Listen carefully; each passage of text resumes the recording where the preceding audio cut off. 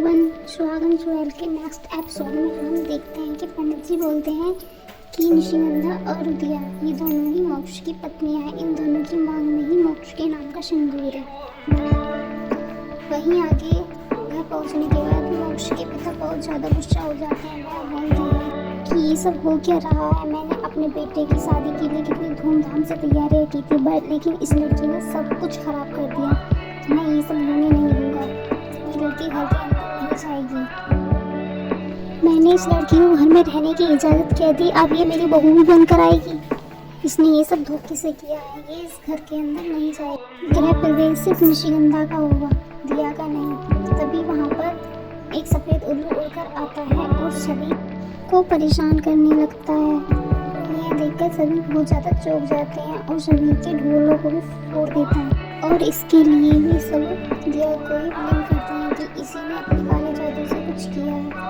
तभी मोक्ष की माँ बोलती है कि सफ़ेद उल्लू लक्ष्मी माँ का वाहन होता है और ये इस समय यहाँ आया, इसका क्या मतलब है, ये मैं समझ नहीं पा रही हूँ।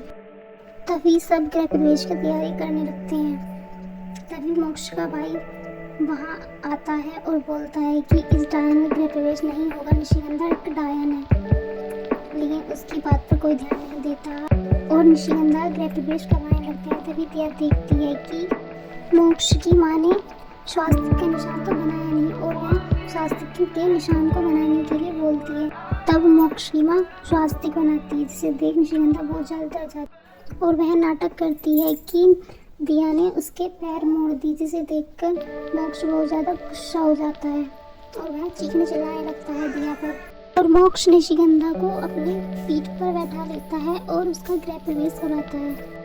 मोक्ष खुद से चावल के लोटे में पैर मारता है और निशिगंधा को अपनी पीठ पर बैठाकर भी इसका गृह प्रवेश कराता है। यह देख निशिगंधा बहुत ज़्यादा खुश होती है और निशिगंधा अपने काले जादू से कांच का शीशा तोड़ देती है और दिया कांच के टुकड़ों पर चलकर अंदर आती है।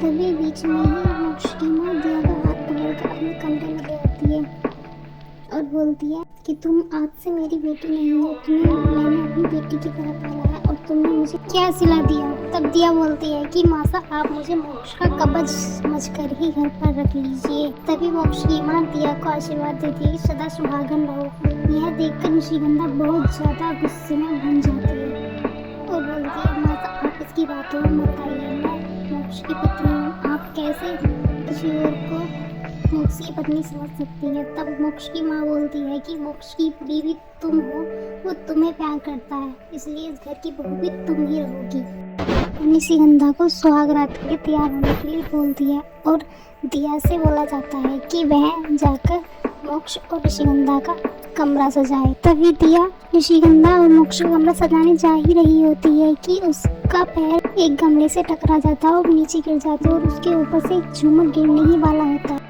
तभी अचानक रुक जाता है क्योंकि ये सब निशिगंधा का किया धरा होता है। वीडियो पसंद आई तो लाइक और सब्सक्राइब कीजिए। मिलते हैं आपसे नए वीडियो में।